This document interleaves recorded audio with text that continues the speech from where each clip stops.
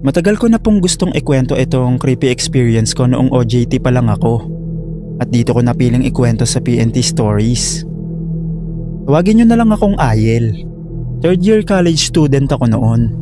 At isa sa mga napiling mag-OJT sa isang lumang manufacturing company sa Laguna.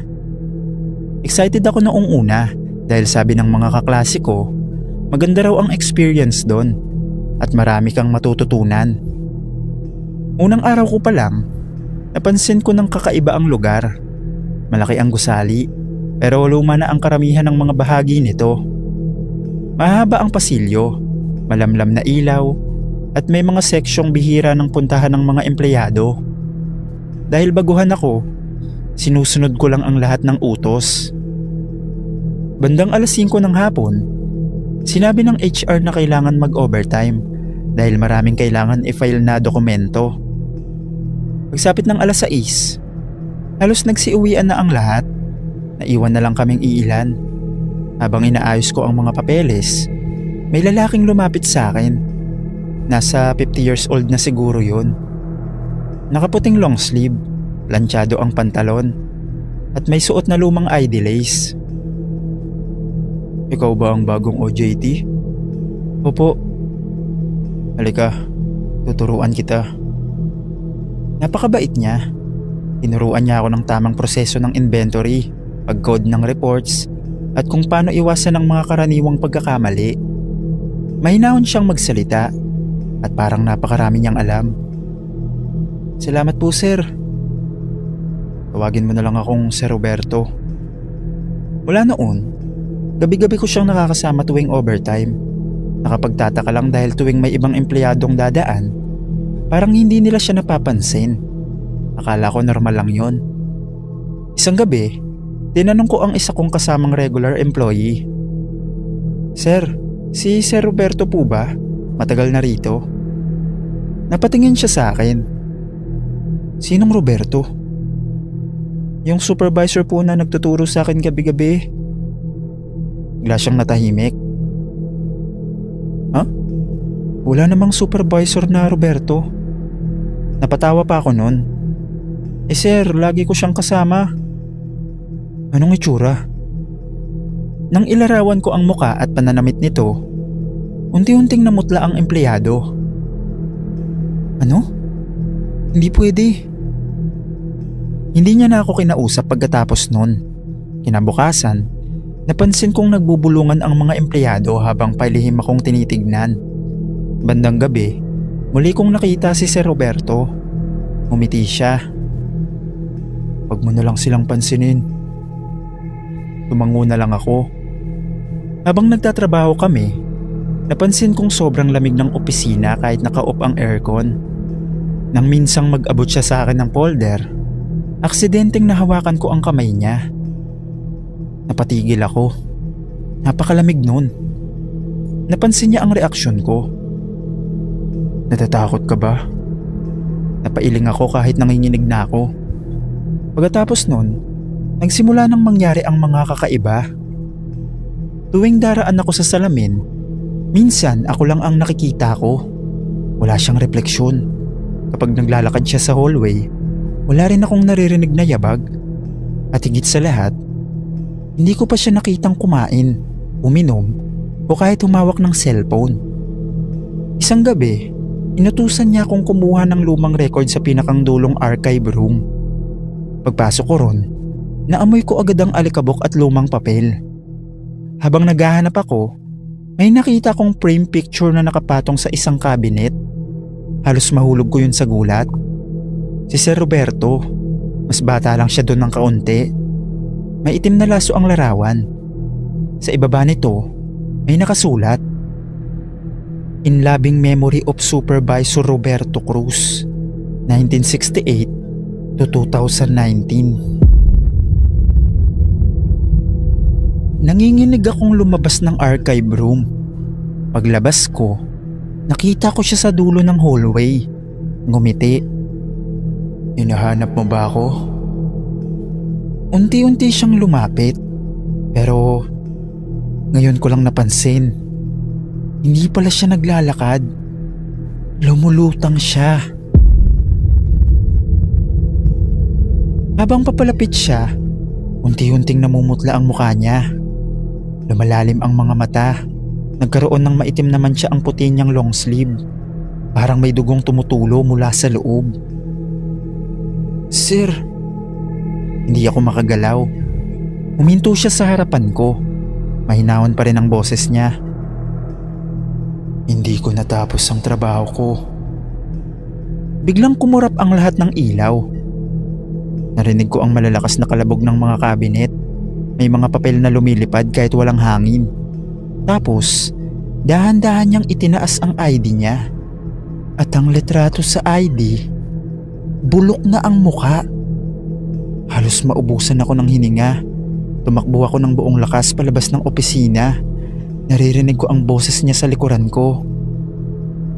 "Huwag mo akong iwan. Hindi pa tayo tapos."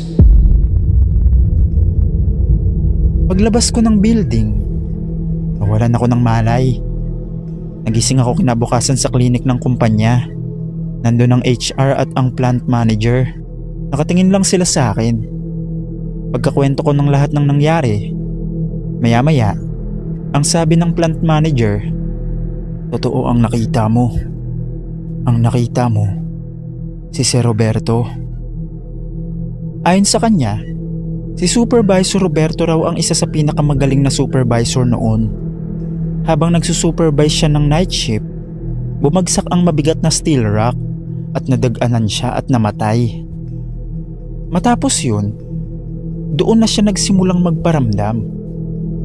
Natapos ko naman ng mapayapa ang OJT ko doon. Pero hanggang ngayon, hindi ko pa rin makalimutan ang mukha ni Sir Roberto.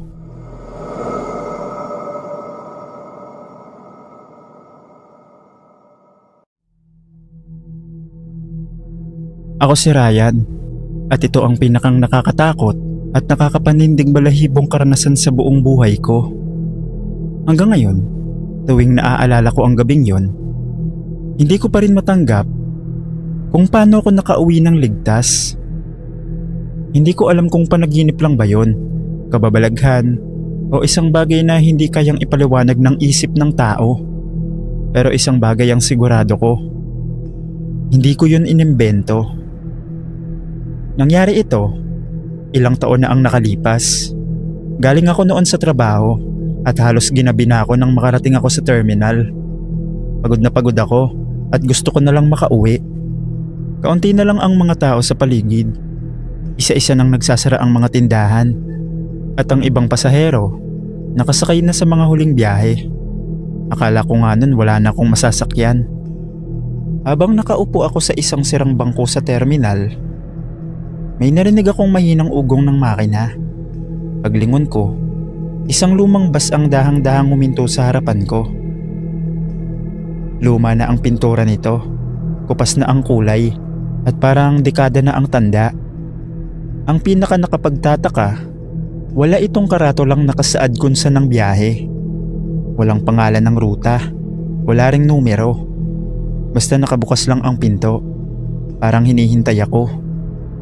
Hindi ko alam kung bakit, pero kusang kumilos ang mga paa ko. Para bang may kung anong puwersang nagtulak sa akin na sumakay. Pag-akyat ko, agad kong napansin na ako lang ang pasahero. Walang ibang tao. Tahimik ang buong bus. Ang driver, nakatitig lang sa kalsada. Hindi siya lumingon kahit saglit. Ang konduktor naman, nakaupo malapit sa unahang pinto. Nakayuko lang siya at walang imik. Naghintay akong singilin niya ako ng pamasahe. Lumipas ang ilang minuto, hindi pa rin siya tumatayo. Hindi niya rin ako tinanong kung saan ako bababa. Medyo nagtaka na ako, pero inisip kong baka maya-maya na lang. Unti-unting umandar ang bus. Sa umpisa, pamilyar pa ang mga dinadaanan namin. Nakakakita pa ako ng mga tindahan, gasolinahan at mga bahay sa tabi ng kalsada. Pero makalipas ang halos 10 minuto, napansin kong wala na akong makitang kahit isang sasakyan. Nawala rin ang mga poste ng ilaw, puro dilim na lang. Maya-maya, unti-unting bumalot ang napakakapal na hamog. Halos wala na akong makita sa labas. Napansin kong hindi bumabagal ang bus Kahit hindi na makita ang harapan, parang kabisadong kabisado niya ang daan. Pagkaraan ng ilang minuto, biglang nawala ang hamog at doon ako tuluyang natigilan. Sa labas ng bintana, napakalawak na lungsod. Maliwanag ang buong paligid. Hindi ordinaryong ilaw ang nakikita ko. Parang bawat gusali, kumikinang na tila yari sa salamin at ginto. Ang mga kalsada, sobrang linis. Walang lubak, walang basura. May mga naglalakad na tao. Lahat sila, maayos ang pananamit. Ngunit may kakaiba. Wala nagsasalita. Walang sasakyan ng bumubusina. Walang batang naglalaro. Parang tahimik ang buong syudad. Habang bumabiyayang bus, hindi ko maialis ang tingin ko sa mga gusali. Mas maganda pa ang mga ito kaysa sa mga lungsod na nakikita sa telebisyon. May mga gusaling tila gawa sa puting marmol. May hardin na punong-puno ng kakaibang bulaklak na kumikislap. May mga fountain na ang tubig, tila may sariling liwanag. Hindi ko maipaliwanag ang lahat ng nakikita ko. Para akong nasa ibang mundo. Napansin kong unti-unting lumingon ang mga tao sa bus. Isa-isa, lahat sila. Sabay-sabay nila akong tinitignan. Hindi silang umingiti. Hindi rin naman sila mukhang galit. Basta nakatitig lang. Ramdam kong parang ako lang ang kakaiba sa lugar na yun. Napatingin ako sa driver. Tahimik pa rin. Sa konduktor naman, hindi rin gumagalaw. Bigla kong napansin ang rearview mirror. Doon ko nakita ang mukha ng driver. Halos mapasigaw ako. Wala pala siyang mata. Puro itim lang. Napatingin ako sa konduktor. Dahan-dahan siyang lumingon sa akin. Ganon din. Wala rin siyang mga mata. Kinabahan ako. Halos lumakas ang tibok ng puso ko. Gusto kong bumaba, pero hindi humihinto ang bus. Mas lalo pang lumalalim ang biyahe namin sa kakaibang lungsod. Maya-maya, huminto kami sa isang napakalawak na plaza. Sa gitna nito, may napakalaking puno. Napakaraming tao ang nakapaligid doon. Lahat sila, sabay-sabay na lumingon sa bus at sabay-sabay din silang ngumiti. Hindi normal ang ngiti nila. Kakaiba ito. Halos umabot sa magkabilang pisngi. Unti-unting tumayo ang konduktor. Sa unang pagkakataon, nagsalita siya. Pwede ka nang bumaba. Nanginginig akong napailing. Hindi po. Uuwi na lang ako. Hindi na siya nagsalita. Tumingin lang siya sa akin ng ilang segundo. Pagkatapos, dahan-dahang tumango. Bumalik siya sa kanyang upuan. Muling umandar ang bus. Habang papalayo kami, napansin kong nakatingin pa rin sa akin ang lahat ng tao sa plaza. Hindi sila kumikilos. Hindi sila kumukurap. Nakatitig lang sila hanggang tuluyan silang matakpan ng hamog. Pagkaraan ng ilang minuto, bumalik na naman ang makapal na ulap. Halos wala na akong makita. Biglang namatay ang ilaw sa loob ng bus. Ilang segundo kaming nabalot ng dilim. Ang naririnig ko na lang nun, yung tunog ng makina. Makalipas ang ilang sandali, biglang bumukas muli ang ilaw. Pagtingin ko sa labas, pamilyar na ulit ang lugar. May mga bahay, may mga tindahan, may mga sasakyan na rin. Huminto ang bus sa tabi ng kalsada. Dahan-dahang bumukas ang pinto. Hindi pa rin nagsasalita ang driver. Ang konduktor, nakatingin lang sa akin. Agad akong bumaba. Paggalapag ko sa kalsada, lumingon ako sandali para kunin ang plaka ng bus. Pero wala na ito. Bigla na lang naglaho.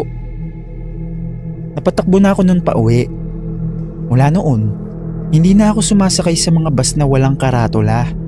Lalo na kapag hating gabi.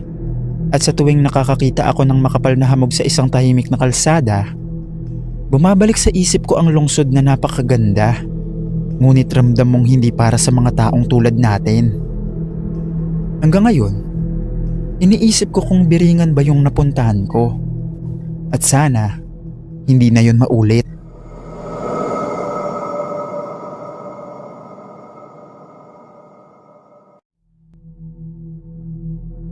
Pauwi na ako galing trabaho nung gabing yon. Bandang 11:00 na at pagod na ako dahil nag-overtime ako. Taga-Tarlac pala ako, Sir Dave. Medyo malayo ang inuuwian kong barangay, kaya kailangan ko pang sumakay ng tricycle papunta sa highway bago makasakay ng jeep. Habang naglalakad ako papunta sa terminal, madalang na ang tao sa kalsada at halos lahat ng tindahan sarado na. Paminsan-minsan lang may dumadaang sasakyan. Pagdating ko sa terminal, nagtaka ako dahil wala ni isang pasahero o driver na naghihintay. Tanging iisang tricycle lang ang nakaparada. Nilapitan ko yon. Akala ko walang tao dahil walang ilaw sa loob. Pero nang silipin ko, may nakita kong lalaki, nakayuko at tila natutulog. "Kuya, pasakay po." Hindi siya umimik. Kumatok ako ng bahagya sa tricycle. "Kuya?" Dahan-dahan siyang gumalaw. Unti-unti niyang itinaas ang ulo niya. Hindi ko gaanong maaninag ang muka dahil madilim sa loob, pero nakita ko namang nakatingin siya sa akin. Pagkatapos, tahimik siyang lumipat ng pwesto at pinaandar ang tricycle. Hindi na ako nagsalita. Sumakay na lang ako. Habang bumabiyahe kami, napansin kong kakaiba ang driver. Hindi siya nagsasalita. Minsan kasi, may mga driver na madaldal kahit gabi, pero siya, hindi. Maya-maya, napansin kong parang sobrang putla ng batok niya dahil nasisinaga ng ilaw sa poste. Pero dahil pagod ako, inisip kong baka namamalikmata lang ako. Ilang minuto rin ang lumipas bago kami makarating sa highway kung saan ako mag-aantay ng jeep. Nagpasalamat pa ako, pero hindi siya sumagot. Pagbaba ko, umalis agad yung tricycle. Hindi ko na ito masyadong pinansin. Naglakad-lakad muna ako dahil gusto kong bumili ng sigarilyo. Ilang minuto akong naglakad hanggang may nakita kong maliit na tindahan na bukas pa. Pero may kakaiba. May puting tolda, may lamay, sa mismong tabi ng tindahan. Hindi ko na pinansin yon at lumapit sa tindahan. "Pabili po." Nang makabili na ako at naabot na yung yosi sa akin, kumuha yung babae para suklian ako. Napalingon ako sa gate ng bahay. May malaking tarpaulin doon. Karaniwan lang naman yun sa mga patay. May litrato ng namatay, pangalan, edad tapos mga detalye ng burol. Wala naman sana akong pakialam. Pero nang mapatingin ako sa mukha ng nasa tarpaulin, tangina, Sir Dave, nanlamig yung buong katawan ko. Nanigas ako sa kinatatayuan ko. Hindi ako makapaniwala sa nakita ko. Paulit-ulit kong tinignan ng litrato. Siya yun, yung lalaking tricycle driver na sinakyan ko. At ayon sa nakalagay, 3 araw na siyang patay. Hindi ko alam kung anong gagawin ko. "Kuya, okay ka lang?" Narinig kong tanong ng tindera. Hindi ako sumagot. Pakiramdam ko, nanginginig na ang mga tuhod ko. Pagkatapos ay tumakbo ko pabalik sa highway. Habang tumatakbo ako, pakiramdam ko may nakatingin mula sa likod ko. Pagdating ko sa sakayan ng jeep, hingal na hingal ako. Pinipilit kong intindihin ang nangyari. Baka magkamukha lang, baka pagod lang ako, baka nagkataon lang. Pero kahit anong kumbinsi ko sa sarili ko, hindi mabura sa isip ko ang mukha ng driver at ang mukha sa tarpaulin na parehong pareho. Hanggang ngayon, hindi ko pa rin makalimutan yung gabing yon.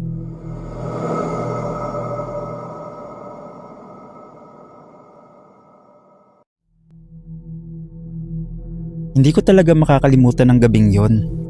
Hanggang ngayon, tuwing sasakay ako ng bus, hindi na ako muling umuupo sa pinakang dulo. Mahilig kasi ako doon umupo. Tahimik, walang masyadong istorbo, at pwede kang humiga habang nasa biyahe. Galing akong overtime noon at halos ginabi na ako nang makasakay ako sa isang bus na babiyahe papunta sa inuuwian ko. Kaunti na lang ang pasahero. May ilang estudyante sa unahan, 2 matanda sa gitna at isang lalaking natutulog malapit sa bintana. Diretso akong nagtungo sa paborito kong pwesto, ang pinakang dulong upuan. Pagkaupo ko, napansin kong may babaeng nakaupo sa bandang bintana. Siguro nasa 30 anyos siya. Mahaba ang buhok, maputi ang balat, at nakasuot ng simpleng puting blouse at itim na palda. Tahimik lang siyang nakatanaw sa labas. Nginitian ko siya. Ngumiti rin naman siya pabalik. "Ito rin ba yung paborito mong upuan?" Tanong niya. Medyo nagulat ako dahil siya pa ang unang nagsalita. "Oo, mas komportable kasi rito." Pareho pala tayo. Tapos napangiti na lang ako. Habang umaandar ang bus, tuloy-tuloy lang ang kwentuhan namin. Hindi ko na malayang halos 10 minuto na pala kaming magkausap. Napakagaan kausap nung babaeng yon. Parang matagal ko na siyang kilala. Nagkukwento siya tungkol sa mga biyahe niya noon, sa trabaho, at kung paano raw mas gusto niyang bumiyahe sa gabi dahil mas tahimik. May kakaiba lang akong napansin. Kahit malamig ang aircon, mas malamig ang hangin sa paligid niya. Akala ko nun, dahil lang sa aircon dahil nakatapat yun sa amin. Minsan naman, kapag napapatingin ako sa salamin ng bintana, parang hindi ko makita ng malinaw ang refleksyon niya. Pero hindi ko na yun pinansin. Patuloy lang kami nagkwentuhan. Maya-maya, lumapit ang konduktor. Kinuha ko ang pitaka ko at nagbigay ako ng 100. At sinabi ko sa konduktor na sasagutin ko na yung pamasahe ng kasama ko. Pero imbis na kunin agad ng konduktor ang bayad, napukunot ang noo niya. "Ano po sabi niyo, ma'am?" Ang sabi ko, "Kuya, sasagutin ko na yung pamasahe nitong kasama ko." Biglang natahimik ang konduktor. Tinitigan niya ako. Pagkatapos ay tumingin siya sa bakanting upuan sa tabi ko. Ma'am? Wala naman po kayong katabi." Napatawa pa ako noon. "Kuya, wag ka namang magbiro." Ma'am, kanina ko pa po kayong nakikitang mag-isang nagsasalita dito simula nung sumakay kayo." Hindi ko siya maintindihan. Tumingin ako sa babae at ituturo ko na sana. Pero wala na ito doon sa upuan niya. Wala nang nakaupong babae. Ang upuan kanina lang ay may kausap akong tao. Ngayon ay bakante na. Pero nandun pa rin ang bahagyang lubog ng upuan na para bang may nakaupo. Nanginginig akong tumingin sa paligid. Walang sino man ang bumaba. Hindi rin bumukas ang pinto ng bus. Imposibleng nakaalis siya nang hindi ko napansin.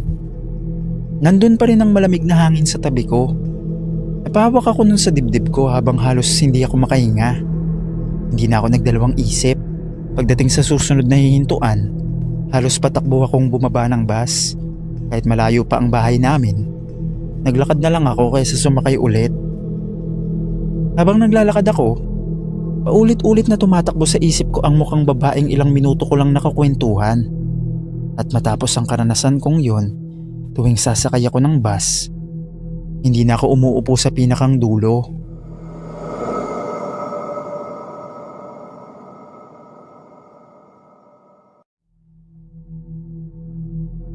Itago nyo na lang po ako sa pangalang Jerby. 21 years old ako noon at isang OJT sa accounting department sa Maynila. 3 linggo pa lang ako sa kumpanya nang maranasan ko ang gabing hindi ko kailanman makakalimutan. Tahimik ang opisina tuwing madaling araw. Maayos ang mga empleyado, mababait ang supervisor, at mabilis akong natuto sa trabaho. Pero may isang bagay na paulit-ulit kong naririnig sa pantry tuwing break.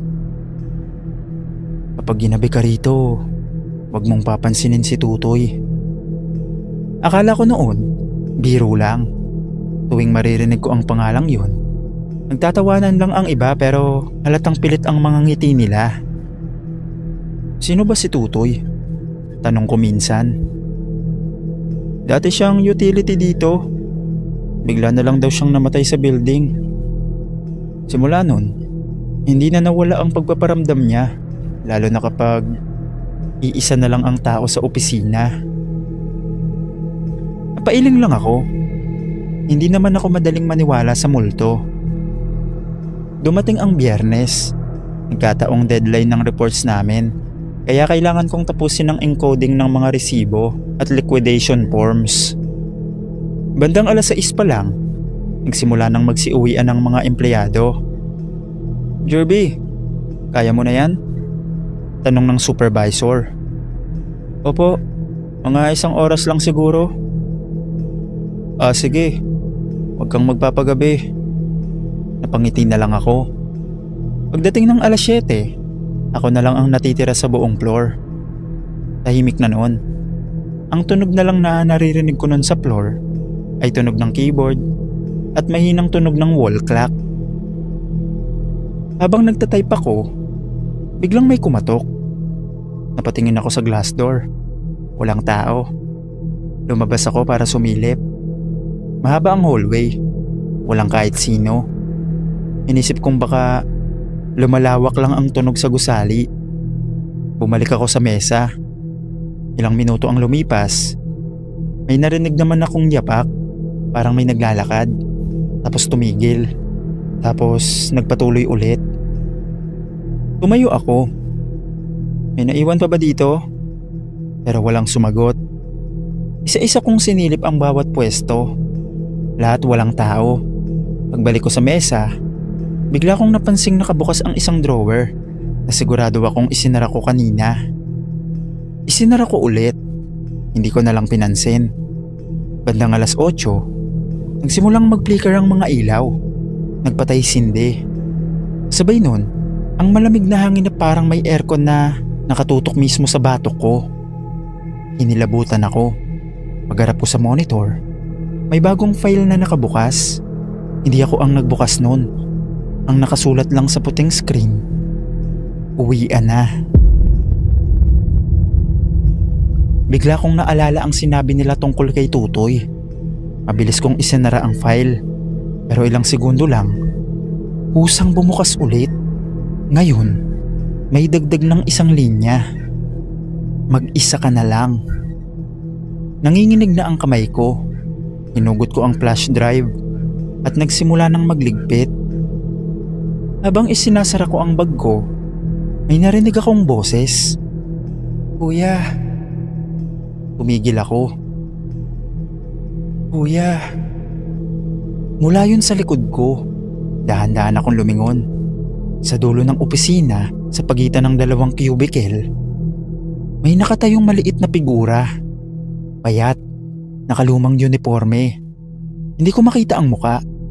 Akala ko bata talaga. Pero habang nakatingin ako, unti-unti niyang inangat ang ulo niya. At napansin kong sobrang putla ng balat niya. Maitim ang paligid ng mga mata. At ang pinaka nakakatakot, mulat na mulat ito at hindi kumukurap. Nakatitig lang siya sa akin. Hindi ako makahinga. Pagkurap ko, bigla siyang nawala. Napabuntong hininga ako. Akala ko tapos na. Pero biglang, isa-isang bumukas ang lahat ng drawer sa buong opisina. Kasunod nun, ang sabay-sabay na pag-andar ng mga swivel chair. Parang may mga taong sabay-sabay na umupo. Umiikot ang mga upuan kahit walang tao. May narinig akong mahinang tawanan. Hindi ko alam kung saan nanggagaling. Pagkatapos, may mabigat na yabag na papalapit sa akin. Palakas ng palakas, pero wala akong nakikitang tao. Parang may hindi nakikitang nilalang na papalapit. Hanggang sa huminto mismo sa likod ko, ramdam ko ang malamig na hininga sa tenga ko. May bumulong. "Salamat. May kasama na rin ako." Hindi na ako lumingon. Tumakbo ko palabas ng opisina. Habang tumatakbo ako sa hallway, naririnig ko pa rin ang yabag na sumusunod. Pagdating ko sa elevator, ayaw bumukas. Paulit-ulit kong pinindot ang button. Wala. Kaya sa emergency stairs ako dumiretso. Halos madapa ako sa pagmamadali hanggang makarating ako sa ground floor. Hingal na hingal akong lumabas ng building. Nandun ang matandang gwardya. Namumutla raw ang mukha ko. Pagkatapos kong ikwento ang nangyari, hindi na siya nagulat. "Sabi ko na nga ba, si Tutoy na naman." Tinanong ko kung sino ba talaga siya.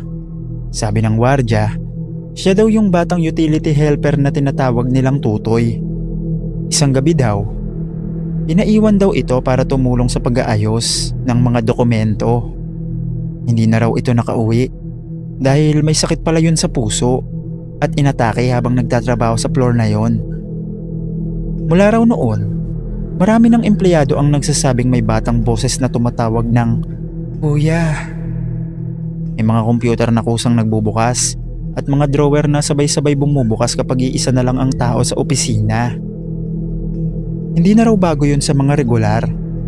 Marami na rin ang nag-resign dahil sa takot.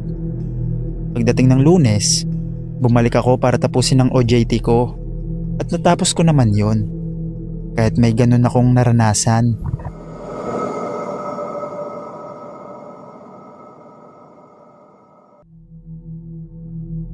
Magandang gabi, Sir Dave.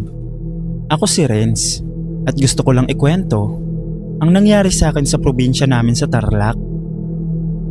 Nangyari ito, 2 taon na ang nakalipas. Umuwi ako sa probinsya para dalawin ang lola ko. Maliit lang ang bahay niya at napapalibutan ng mga palayan. Tahimik yung lugar pagsapit ng gabi.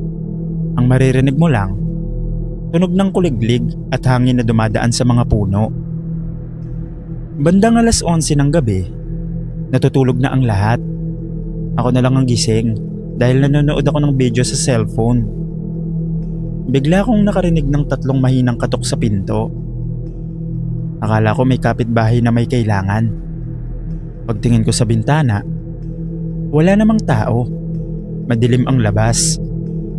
At ang ilaw lang ng poste ang nagbibigay ng liwanag. Bumalik ako sa higaan.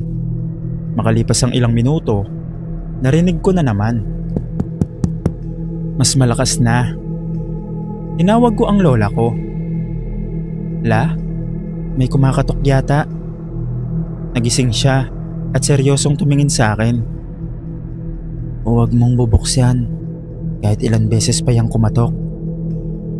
Pagkalipas ng ilang segundo, may narinig na naman kaming parang naglalakad sa bubong. May mabigat na paa na dahan-dahang naglalakad mula sa harap hanggang likod ng bahay. Wala nang nagsalita sa amin. Makalipas ang 5 minuto, tumigil ang mga yabag.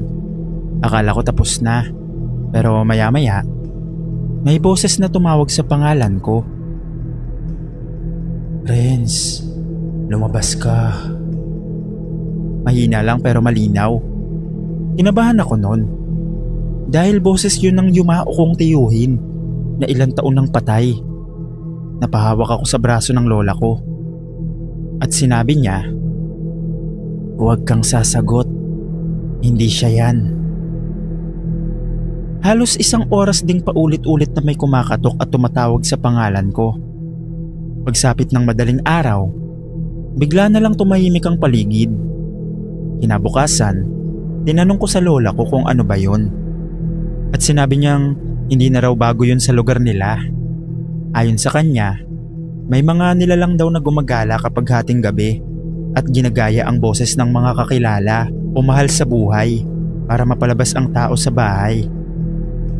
Hindi ko alam kung anong mangyayari kung lalabas ang tinatawag. Pero simula nun, tuwing umuuwi ako sa Tarlac, sinisigurado kong nasa loob na ako ng bahay bago mag 10:00 ng gabi. Yun lang naman po yung kwento ko, Sir Dave. Salamat.